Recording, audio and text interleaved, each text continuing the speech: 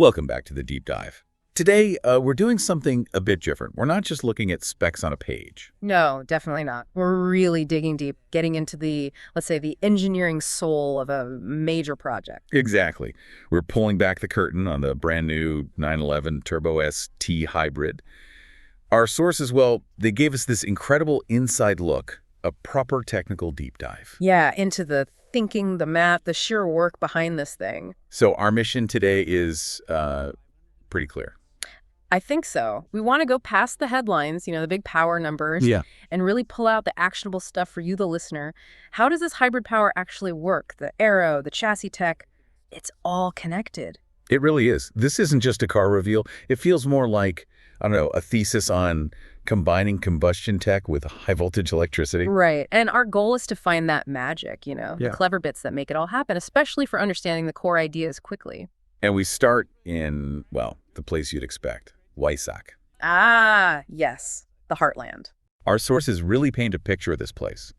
It's near Stuttgart, tiny town, maybe 7,500 people. Something like that, but then Just as many Porsche employees. It's kind of mind-boggling. This whole ecosystem dedicated to building these top-secret dream machines. It is. It's like this engineering campus focused on refining performance down to the last millimeter. That environment, that sheer density of expertise, it tells you something. What does it tell you? It tells you that every single part, every choice, every bit of software managing that hybrid system, it's been scrutinized like you wouldn't believe. Right. Calculation isn't just a task there. It's like the culture. It definitely sets the stage. Yeah. But okay, before we get into the mechanics, the nuts and bolts, we have to talk about how it looks. Of course. The 911 shape? It's still instantly a 911. That connection is immediate. But the new one, it feels more muscular, wouldn't you say? Very modern. Oh, absolutely. And that new front end is key. Sharper, definitely more aggressive. And those active cooling vents, they look serious. They are serious. They're not just for show. You've got a hybrid system pushing out, 711 horsepower? You need to manage heat, a lot of heat. Those vents are critical for that. So the look is driven by the function. Always, with Porsche. It has to look fast because it is fast, but it also has to look capable because the demands on it, managing air, cooling the battery, are just huge. Which brings us nicely to where this car came from, its heritage.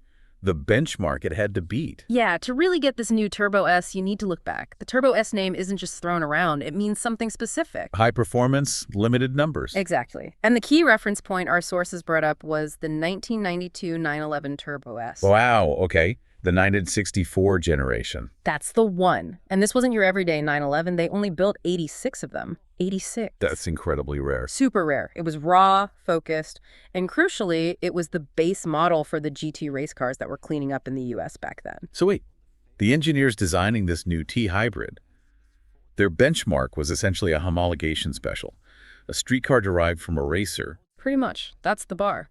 They had to create something faster, cleaner, more efficient, and street legal and usable every day that still surpassed its racing ancestor. That sounds almost impossible.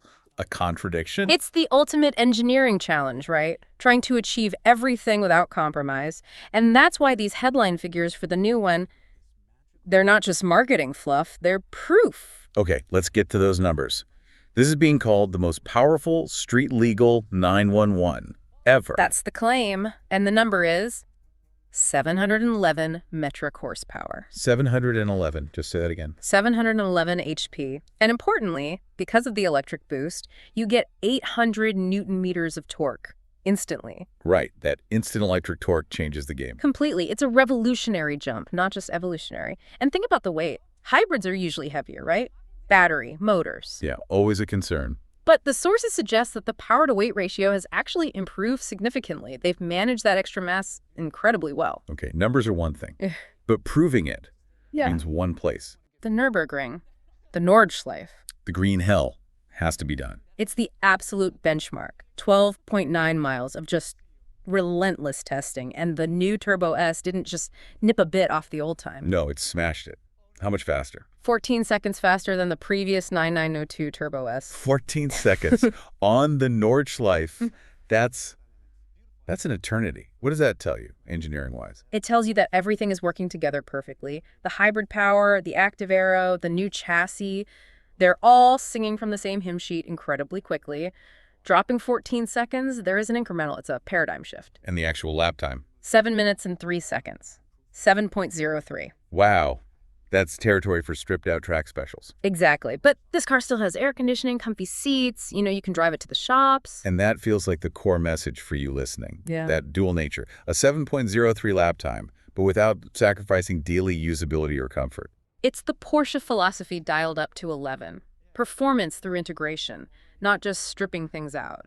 Making the tech work seamlessly for both track and road. Okay, so that massive performance leap, that 14-second improvement, it has to start with the engine, right? The T-hybrid system. Absolutely. This is a fundamental rethink of the Flat Six. It's an upgraded 3.6-liter unit now, but the real magic is how they've integrated the electric bits to unlock that 711 horsepower. We hear hybrid a lot, but this T-hybrid, the T seems important, and the key component seems to be this e-turbo. That's exactly it. According to the engineers themselves, this second electric turbocharger is one of the most important components of the drivetrain. It's not just two turbos anymore. Okay, so how does an e-turbo work differently from a normal one?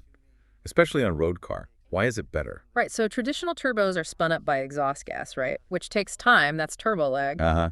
The annoying delay. The e-turbo uses a high-voltage electric motor sandwiched right in there between the turbine and compressor wheels. So it can spin the compressor up instantly using electrical power before the exhaust gas even gets there properly. Ah, so it eliminates the lag completely. Pretty much. You get immediate boost, immediate torque right from idle, like an electric car's response, but from a combustion engine. That's the first big advantage. And the second, you mentioned recuperation. Yes. This is the really clever hybrid part. When you lift off the throttle, or brake, the exhaust gas is still spinning that turbine. Normally, that energy is just wasted. Right. But the e-turbo's electric motor can flip modes and act like a generator. It uses the spinning turbine to generate electricity, which then goes back into the high-voltage battery. So it's harvesting waste energy from the exhaust flow itself. Exactly. It turns a waste product into useful electric power for the next time you hit the accelerator, or to power other systems. It's this constant energy loop. That's brilliant. It's powering itself, in a way, not just relying on a big battery for range. Precisely. And the sources gave a great comparison. These two complex e-turbos are actually lighter and more compact each than the single, simpler monoturbo used in the GTS models. Lighter and smaller, despite having an electric motor inside. Yeah, which tells you a lot about the level of engineering focus on power density and minimizing size and weight. Which brings us to packaging. Shoving all this into a 911 engine bay, that's always tight.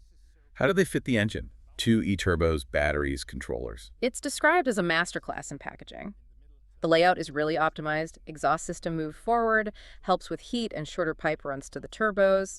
Intake sits in the middle, And the turbos. flanking the engine left and right. But the really complex bit is the control center. All the units managing the boost, the recuperation, the high voltage power flow, they're all clustered tightly together. That sounds like a serious amount of computing power needed.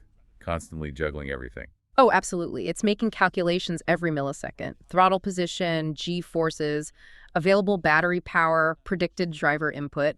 It's deciding how much electric boost to add via the e-turbos constantly. So the incredible acceleration they described, it's not just mechanical force, it's algorithmic prediction. It's the result of that complex orchestra playing perfectly in tune. When that e-turbo kicks in, it's seamless. It just redefines the engine's response and the sound. It's still the flat six howl, but with this underlying almost electric edge to it. Okay, 711 horsepower, instant torque. Sorted. But to hit that 7.03 Nordschleife time, you need more than just power. You need to cheat the air. You absolutely do. At those kinds of speeds, air resistance becomes a huge factor. It increases with the square of velocity, remember? Right, so aerodynamics becomes critical. Not just stopping lift, but actively creating downforce and cutting drag. And they achieved some pretty remarkable results in the wind tunnel. A 10% reduction in drag compared to the previous 992 Turbo S. 10% is a lot at this level. What does that translate to in terms of the drag coefficient, the seed? 0.3. 0.3. Which is impressive anyway. Look. But as the source material points out, this is achieved on such a wide car. You've got massive tires, wide fenders needed to house them and handle the power. Normally, that means more drag. Getting to 0.3 with that footprint is exceptional. So how do they do it? If the basic 911 shape is sacred, where do they find those gains? Mostly underneath. Hidden improvements. The engineers stressed it wasn't about huge changes to the visible shape, but about managing the airflow under the car much, much better. Like the underbody tray. Exactly, making sure the air flows smoothly from front to back. And they specifically mentioned new components covering the rear axle area, streamlining things back there. So the floor is now a major performance part. Definitely. But it's not just passive stuff. They've refined the active aero elements, too. We still have the familiar rising rear wing. Which changes angle depending on if you need low drag or high downforce. Right. And the inflatable front spoiler is back that deploys under the nose to create a low-pressure area, sucking the front down. And those cooling flaps we mentioned earlier, they're active, too. Yes, the variable air cooling flaps. Crucial for balancing cooling needs with drag.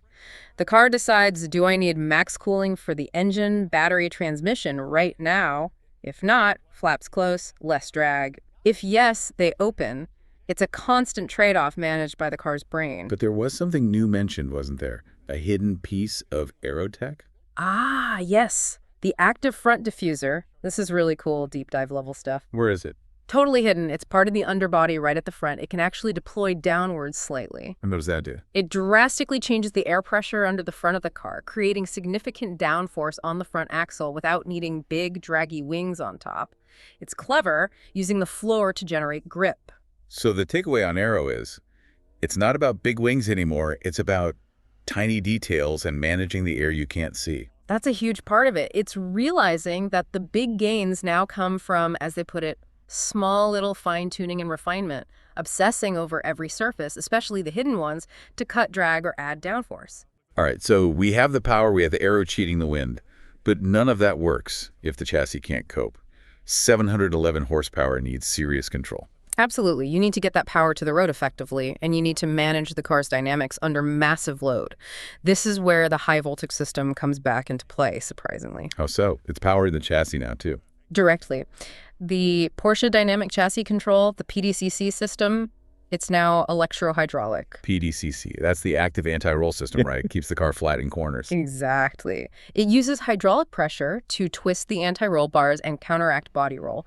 Traditionally, that pressure comes from an engine-driven pump. Okay. But now the hydraulic pressure is generated by an electric pump, powered directly by the main high-voltage battery, the same one helping the e-turbo. And why is that better? Faster response? Much faster. Because it's electric, it can generate maximum pressure almost instantly, even quicker than the previous system, as the engineer said.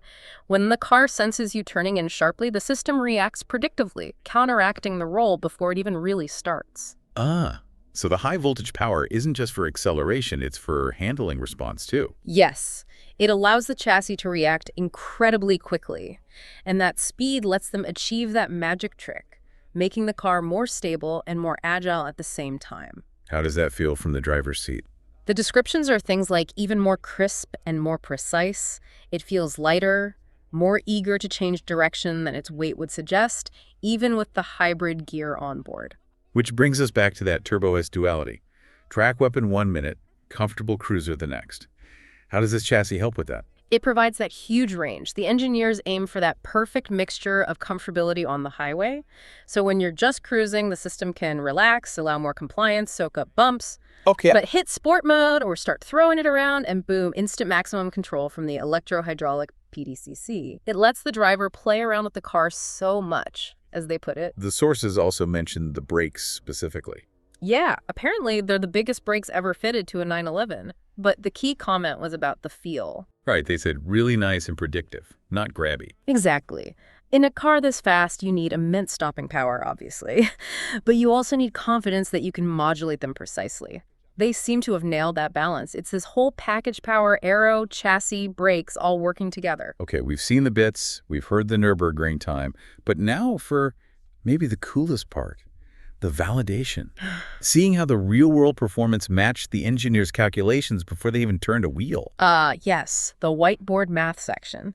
This is pure engineering satisfaction. The specific challenge highlighted was calculating the theoretical time for a 0 to 200 kilometers per hour and back to zero run. 0, 200, 0, a classic benchmark. And it starts with basic physics, right? AFMA. Well, acceleration equals force divided by mass, yes. But applying that to a real car at speed, it gets complicated fast. Because the force isn't constant, and there are other forces fighting you. Exactly. The F in AFM is the net force. You have the driving force, the traction from the tires, powered by the engine and e-turbo, but then you have to subtract all the things trying to slow you down. Okay, what are the big ones? First, obviously, aerodynamic drag. We talked about that. It goes up massively with speed. Huge factor, getting to 200 kph. Second, rolling resistance. Friction between tires and road. Always there. Less speed dependent than drag, but still significant. Right. Drag and rolling resistance. What else? The third one, often forgotten, is rotational acceleration, or rotational inertia. Meaning you have to spin up the heavy bits. Precisely. It takes energy not just to push the car forward, but to accelerate the rotation of the wheels, the tires, those massive brake discs, drive shafts, everything that spins. Oh. That energy comes from the engine, so it reduces the force available for linear acceleration. So lighter wheels and brakes really do make a difference you can calculate. A big difference. So the net accelerating force is traction force minus aero drag minus rolling resistance minus the force needed to overcome rotational inertia. You divide that net force by the car's mass to get the instantaneous acceleration, A. Instantaneous? Yes. Because all those forces are changing as speed increases. Correct. Engine torque changes, aero drag changes dramatically. So acceleration A is constantly changing. You can't just use simple high school physics formula. Which is where calculus comes in. Integration. You got it. To find the total time, t, to reach 200 kph, you have to integrate the inverse of acceleration with respect to velocity. Or think of it like the source said, adding up little chunks of time. Yeah. Calculate the time to go from 0 to 0.1 kph, then 0.1 to 0.2, then 0.2 to 0.3, all the way up to 200, adding up those tiny time increments for each tiny speed increase. Same process for the braking phase, back down to 0. Wow, that sounds like it needs serious computing power just to model one run. It does. It's incredibly detailed simulation. But they did it. Using all their real data power curves, drag figures, mass, inertia numbers, they ran the calculation. And the theoretical prediction for 200 kph was? 12.7 seconds. 12.7. Okay, moment of truth. They take the actual car out, engage launch control, unleash the e-turbo, hit 200, scan on those massive brakes. The real-world test. And the measured time was? 12.6 seconds. 12.6. 0.1 second faster than the calculation predicted. Yep.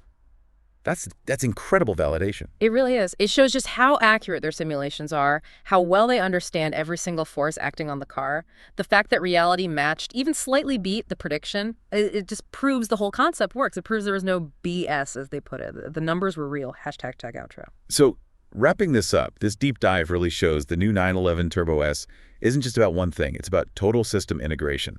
Yeah, everything connects. That high voltage system isn't just for the hybrid boost. It's powering the chassis response. It influences the aero through active elements. It's all linked. If we had to pick, say, 3 main pillars of innovation here. Okay. First, definitely the T hybrid engine itself. That e-turbo providing instant torque and energy recovery. Yeah. That's fundamental. Right. Pillar 1. Engine. Second, the hyper-efficient aero, getting that 0.3 CD, especially with the hidden stuff like the underbody work and that active front diffuser. Pillar 2, aero efficiency. And third, I'd say the electrohydraulic PDCC, using the high-voltage system for that instant chassis response, balancing agility and stability. Engine, aero, chassis, all tied together by electricity and, well, math. And validated by that 12.6-second run, perfectly matching the 12.7 prediction. It really is this blend of cutting-edge high-voltage tech and just meticulous, rigorous engineering. So it leaves us with a thought, maybe a question for you, the listener, to ponder. We spent a lot of time talking about the stuff you can't see, right? The underbody airflow, that hidden diffuser, the rotational inertia calculations, the high-voltage wiring powering the suspension.